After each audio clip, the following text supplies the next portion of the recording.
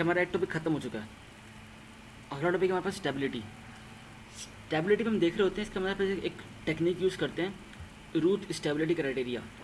इसमें क्या होता है कि हमारे पास अगर सिस्टम, डायरेक्ट आते हैं क्वेश्चन में, अगर हमारे पास सिस्टम कुछ ऐसा है ये, जिसमें हमारे पास मैक्सिमम वैल्यू स्क्वायर की फॉर्म में ना हो बल्कि स्क्वायर से बड़ी वैल्यू हो, पावर 4 हो, पावर 3 हो, पावर 2 ना हो, पावर 2 से बड़ी वैल्यूज़ हो, तो उसके लिए हमें सॉल्व करना काफ़ी मुश्किल होता है।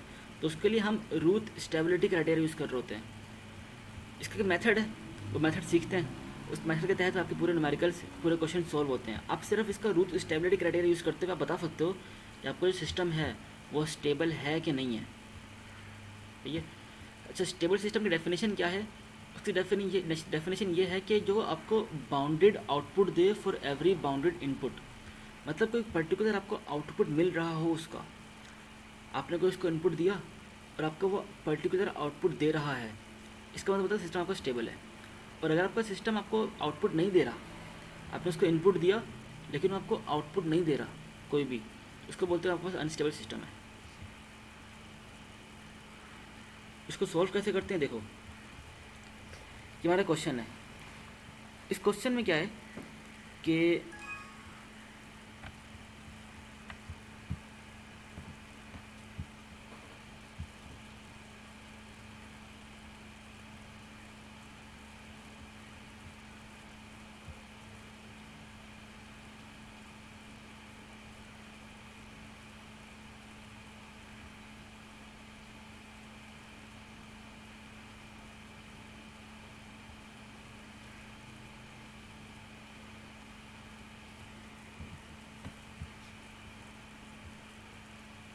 इसी में देख लेते हैं।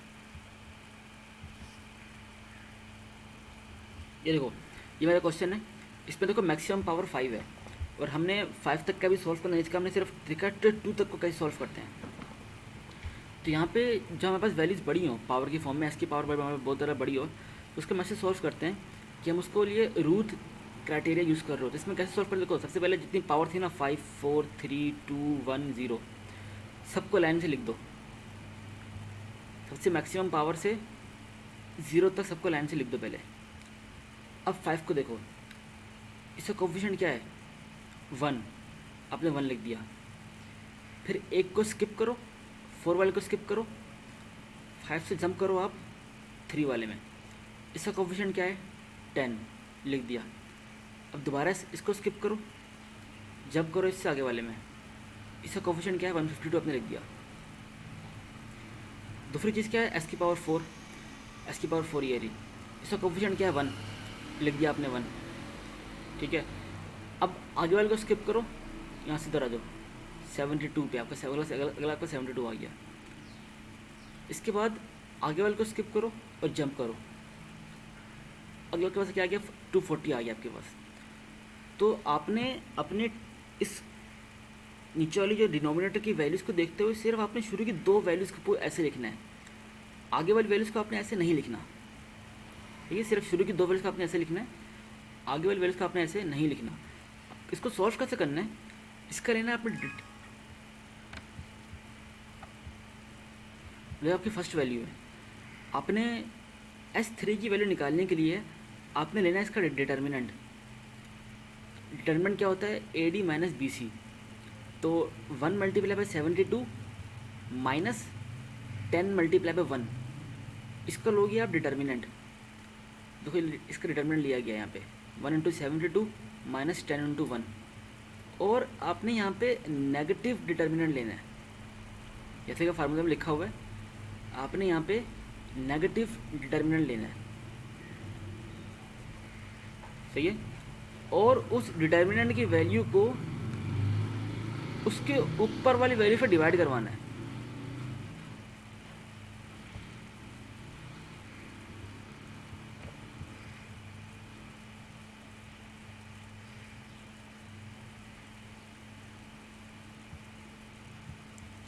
जैसे देखो मेरे पास ये वैल्यू है, मैंने क्या लिखा?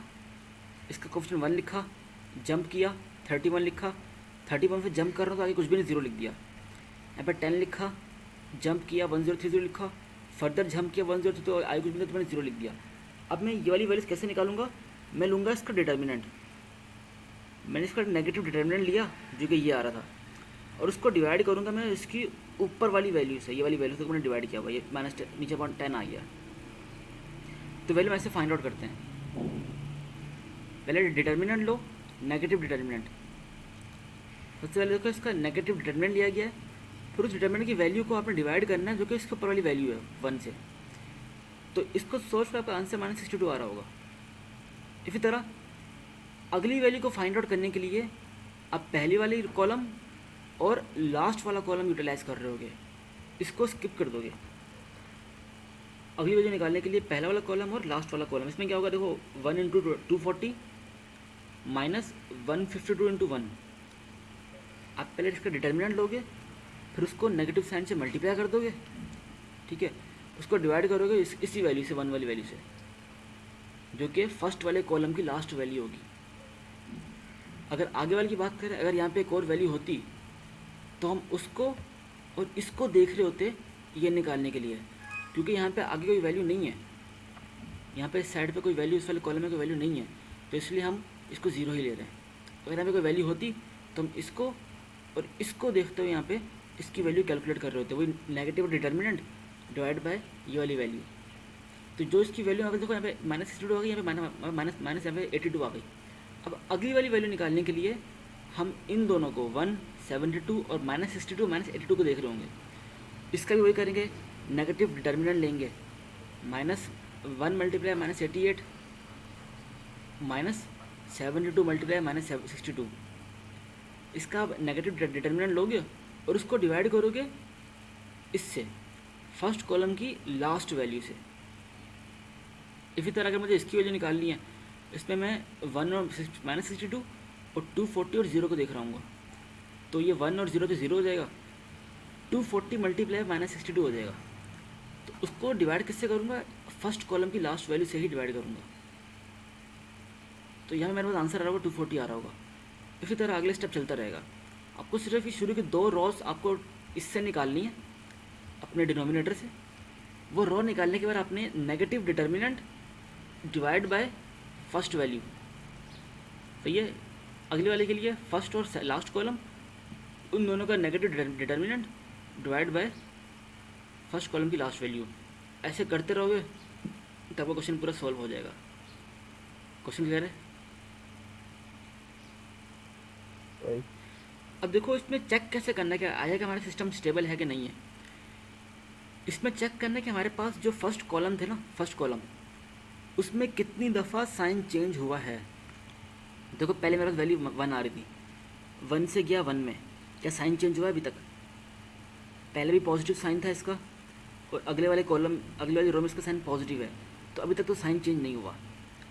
अब मैं और नीचे जा रहा हूँ, मैं 1 से गया -62 में नीचे, और मैं देखने जा रहा हूँ, सिर्फ देखा तो यहाँ पे पहले ऊपर प्लस साइन था, नीचे साइन नेगेटिव हो गया, तो मतलब एक दफ़ा साइन चेंज हो गया है, मेरे पास एक दफ़ा साइन चेंज हो गया है। अगले स्टेप में क्या हुआ देखो, मैं दोबारा -62 से नीचे जाऊँगा, नीचे का लिखा हुआ है 70.58 लिखा हुआ है, यहाँ पे देखो दोबारा साइन चेंज हो रहा है, माइनस से प्लस में साइन चेंज हो गया है, तो मतलब मेरे पास 2 दफ़ा साइन चेंज हो चुके हैं। मैं प्लस से दोबारा नीचे गया तो यहाँ प्लस से साइन चेंज नहीं हुआ, यहाँ प्लस से दोबारा नीचे गया तो प्लस है, तो यहाँ भी साइन चेंज नहीं हो रहा, मतलब यहाँ पे हमारे पास +1 से -62 में एक दफ़ा साइन चेंज हो रहा है, और -62 से 70.58 में एक दफ़ा साइन चेंज हो रहा है, तो मतलब हमारे पास 2 दफ़ा साइन चेंज हो रहा है। इसको यहाँ पे ऐसे लिखा हुआ है, जब 1 से 1 में गए नो साइन चेंज, जब दोबारा 1 से -62 में गए तो साइन चेंज हो गया, पॉजिटिव से नेगेटिव में साइन चेंज हो गया, जब -62 से 70.58 में गए तब फिर साइन चेंज हुआ हमारे पास। साइन चेंज कैसे हुआ, माइनस से प्लस में साइन चेंज हो गया, जब इस प्लस से इस प्लस में गए साइन चेंज नहीं हुआ, और जब इस प्लस से इस प्लस में गए तभी हमारे पास साइन चेंज नहीं हुआ। तो ओवरऑल हमारे पास 2 दफ़ा साइन चेंज हुआ है इस क्राइटेरिया में, फर्स्ट कॉलम में ओवरऑल हमारे पास 2 दफ़ा साइन चेंज हुआ है। लिखा हुआ है 2 sign changes, therefore 2 poles on the right hand side, therefore system is unstable. जितनी दफ़ा आपका साइन चेंज हो रहा होगा आपके उतने पोल्स,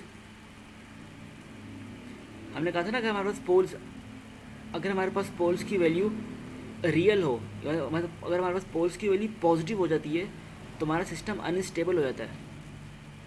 तो यहाँ पे क्या बता रहा है, अगर यहाँ पे बता रहा है कि अगर ये रूट क्राइटेरिया है, ये हमें ये बता रहा है कि अगर हमारी वैल्यूज़ पॉजिटिव हो जाती हैं तो हमारे पास सिस्टम अनस्टेबल हो जाता है। और जितने हमारे पास जितने ज़्यादा साइन चेंज हो रहे हैं, यहाँ पे 2 दफ़ा साइन चेंज हो रहे हैं, तो 2 दफ़ा साइन चेंज होने का मतलब ये है कि आपके पास यहाँ पे 2 पोल्स ऐसे हैं जो कि आपके ग्राफ के राइट साइड पे लाई कर रहे हैं और उनकी वैल्यू, उन पोल्स की वैल्यू पॉजिटिव है। तो जितनी आपकी पोल्स की वैल्यू पॉजिटिव होंगी उतना हमारा सिस्टम आपका अनस्टेबल होगा। तो हम बोलेंगे हमारे सिर्फ आपसे क्वेश्चन में ये पूछा जाता है कि बताओ आपका सिस्टम स्टेबल है कि नहीं है, तो आपने सॉल्व करना है और सॉल्व करके बताना कि अभी इतनी दफ़ा साइन चेंज हो रहा है, इसका मतलब ये कि इतने पोल्स आपके राइट साइड पर लाई कर रहे हैं, तो बोल दे कि हमारा सिस्टम क्या अनस्टेबल है। क्लियर हो गया ये? हाँ ये तो क्लियर है। हाँ क्या पूछ रहे हो, पूछो। ये हमेशा राइट हैंड साइड पे लाया करेंगे। नहीं, हमेशा नहीं। अगर आपके पास इसमें साइन चेंज ना हो रहा हो, फॉर एग्जांपल सारे पॉजिटिव होते, सारे के सारे पॉजिटिव होते, एक दफ़ा भी नेगेटिव ना आ रहा होता, तो मतलब इसमें एक दफ़ा भी साइन चेंज नहीं हो रहा होता, इसका मतलब ये कि आपका सिस्टम स्टेबल है, कोई एक भी पोल आपका राइट साइड पे लाई नहीं कर रहा, उस केस से बोलते हैं आपका सिस्टम स्टेबल है। ठीक है? सही है, यानी कि नेगेटिव साइन आ जाए तो अनस्टेबल है, तो इसलिए हम राइट हैंड साइड पे उसको कर देंगे। नहीं, नेगेटिव साइन नहीं है, इसको नेगेटिव साइन से कंपेयर नहीं करो, इसको ऐसे कंपेयर करो कितनी दफ़ा साइन चेंज हो रहा है, कितनी दफ़ा साइन, इसको देखो कितनी दफ़ा साइन चेंज हो रहा है। सही। 1 से 1 में गए, साइन चेंज नहीं हुआ, 1 से -62 में गए, एक दफ़ा साइन चेंज हो गया, एक दफ़ा हो गया। अब -62 से +70.58 में आ रहे हैं, ये दूसरी दफ़ा साइन चेंज हो गया है। तो जितनी दफ़ा साइन चेंज होगा उतने पोल्स आपके लाई कर रहे होंगे। If there is no sign change, अगर साइन चेंज ना हो पूरे कॉलम में, फर्स्ट कॉलम में, तो हम बोले वो सिस्टम क्या स्टेबल है। ठीक है, तो इसकी एक और एग्जांपल होगी। अच्छा, इसकी एक और एग्जांपल है, इसमें देखो साइन चेंज हो रहा है, एक दफ़ा साइन चेंज ये हो रहा है, एक दफ़ा साइन चेंज ये हो रहा है, तो इससे आपके पास 2 पोल्स होंगे वो राइट हैंड साइड पे लाई कर रहे होंगे, आपका सिस्टम क्या होगा, अनस्टेबल हो जाएगा। अब स्पेशल केस क्या होते हैं, इसमें 2 स्पेशल केसेस आते हैं।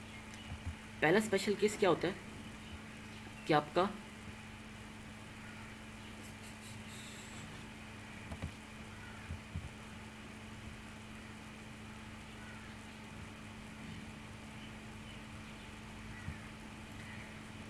पहला स्पेशल केस क्या है कि आपके फर्स्ट कॉलम में 0 आ रहा हो। कैसे, इसको देखते हैं। देखो आपका लिखा हुआ, ये आपका सिस्टम था और ये फ्रैक्शन में लिखा हुआ है, फॉर एग्जाम्पल ऊपर लिखा हुआ है, ऊपर ए लिखा हुआ है, और ये सारी चीज़ जो है ना s⁴ + s⁴ सारे डिनोमिनेटर में है।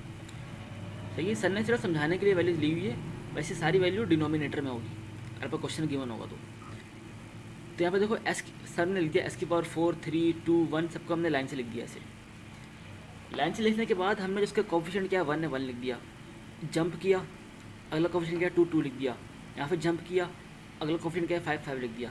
अब 3 पर आ गया, 3 का कोफिशिएंट क्या 1 है, जंप किया, 2 लिख दिया, जंप किया, आगे कुछ नहीं 0 लिख देंगे।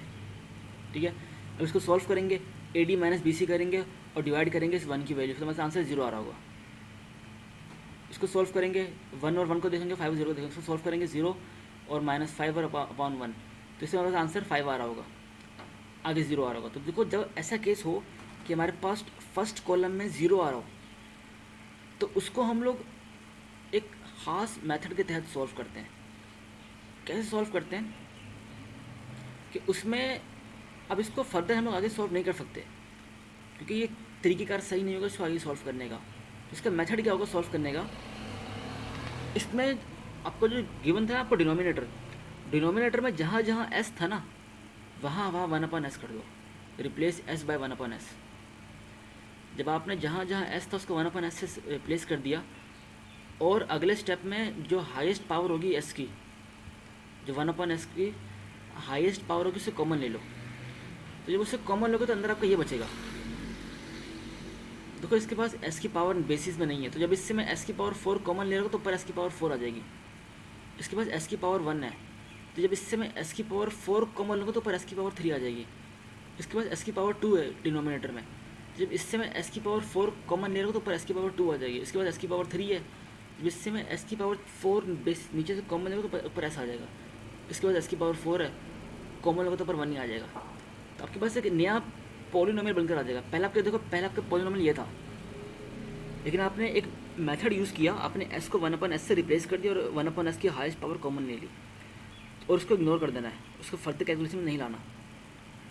तो आपका एक नया पॉलिनोमियल बन जाएगा, ये आपका नया पॉलिनोमियल है। फिर जब आप उसको नए पॉलिनोमियल को सॉल्व करोगे, जैसे हमने सॉल्व किया हुआ है, s की पावर 4 3 2 1 0, s की पावर 5 आ गई, जंप किया 2 आ गई, जंप किया 1 आ गई, s की पावर यहाँ पर 2 आ गई, जंप किया 1 हो गई, जंप किया तो 0 हो गया। जब इसको सॉल्व कर रहे होगे आप, तो देखो आपको फिर 0 नहीं आ रहा होगा। और इसमें देखो एक दो दफ़ा यहाँ पे, एक दफ़ा साइन चेंज यहाँ पे हो रहा है, एक दफ़ा साइन चेंज यहाँ पे हो रहा है। तो ये भी आपका एक अनस्टेबल सिस्टम है, क्योंकि यहाँ पे दो पोल्स जो है वो राइट हैंड साइड में लाई कर रहे हैं। क्लियर? ये पहला मेथड होता है जब आपके पास, अगर आपके पास फर्स्ट कॉलम में, फर्स्ट वाली कॉलम में अगर आपके पास 0 आ रहा हो, तो उसको सॉल्व करने का पहला मेथड ये होता है, पहला मेथड। ये क्लियर है पहला मेथड?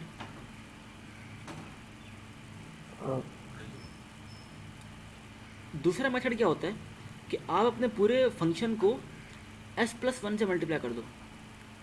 जब मैं इस पूरे फंक्शन को s+1 से मल्टीप्लाई करूँगा तो मैं सिंप्लीफाई होने के बाद मेरा आंसर ये आ रहा होगा, s की पावर 5, s की पावर 4 3 2 1 0। अब मैं इसका रूट एनालिसिस सॉल्व करूँगा। इसका जब मैं सॉल्व करूँगा क्या होगा, इसकी क्या 1 है, जंप करूँगा 3 आ जाएगा, जंप करूँगा 7 आ जाएगा, यहाँ पे 2 है, जंप करूँगा 4 आ जाएगा, जंप करूँगा तो 5 आ जाएगा। तो मैंने दोनों को मिला, इन दोनों को सॉल्व किया, तो सॉल्व करने के बाद मेरा ये आंसर आ गया।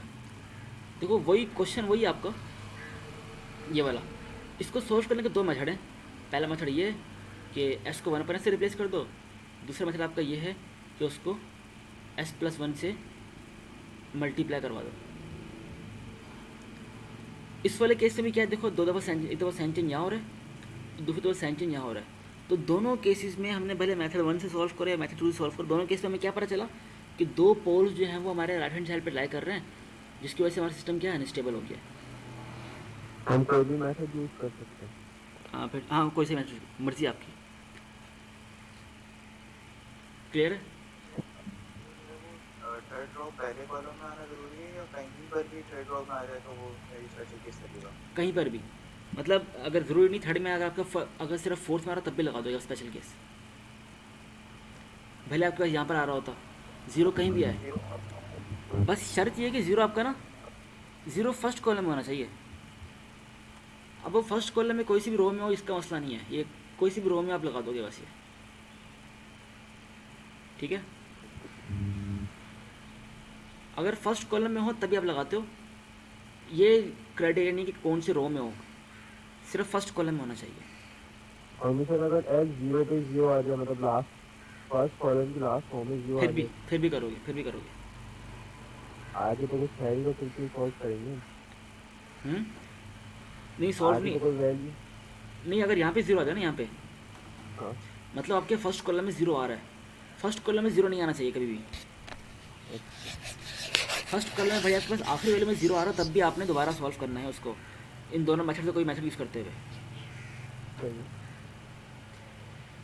एक और स्पेशल केस 2 क्या है, स्पेशल केस 2 के आपकी एक पूरी रो 0 हो रही है, यहाँ पे देखो आपकी पूरी रो 0 हो रही थी। फॉर एग्जाम्पल देखो 4 3 2 1 0 है, मैंने यहाँ पे 1 लिखा, जंप किया 11 लिखा, जंप किया 18 लिखा, मैंने यहाँ पे 2 लिखा, जंप किया 18 लिखा, जंप किया 0 आ गया, 0 लिखा। इसको मैंने सॉल्व का आंसर मेरे पास क्या आ रहा है, अभी आंसर 2 आ रहा है, फॉर एग्जाम्पल 2 आ रहा है। इन दोनों को सॉल्व के आंसर मेरे पास क्या आ रहा है, 18 आ रहा है। अगर आपके पास कुछ ऐसा आंसर आ रहा हो जो 2 आ रहा हो, यहाँ पे देखो यहाँ पे 2 आ रहा है, यहाँ पे 18 आ रहा है, अगर वो किसी टेबल से कट सकते हो तब उनको काट देना। जैसे यहाँ पे देखो यहाँ पे 2 यहाँ पे 18 है, तो ये 2 के टेबल से कट सकते हैं आराम से, तो आपने काट देना इसको, इसे सिंप्लीफिकेशन का हिस्सा है। अगर इसको ये सिंप्लीफिकेशन का हिस्सा है, इसको सिंप्लीफाई कर सकते हो आप।